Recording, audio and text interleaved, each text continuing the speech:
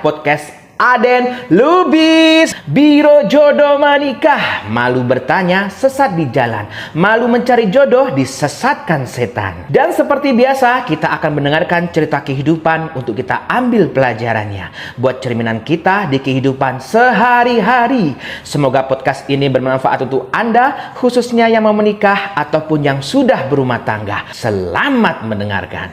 Assalamualaikum. Terus sampai pada akhirnya bulan 11, kan aku bilang kan tadi aku mau lamaran bulan 12.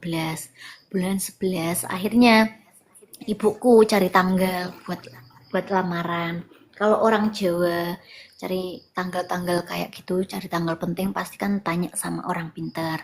Tadi kan aku juga cerita sebelumnya aku udah pernah tanya orang pinter kan Kak. Nah hitungannya kan memang jelek, tapi aku ngeyel kan, akhirnya aku lanjut terus sampai waktu itu kan.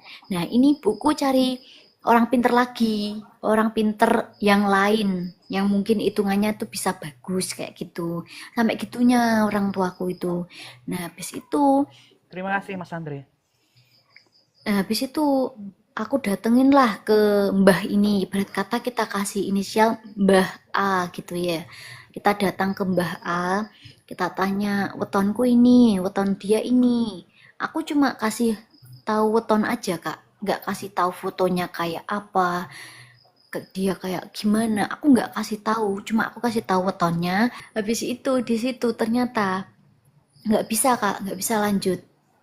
Mbah itu bilang katanya kalau kamu lanjut sama orang ini, nanti kamu yang menderita. Soalnya dia itu nggak tanggung jawab, kayak gitu.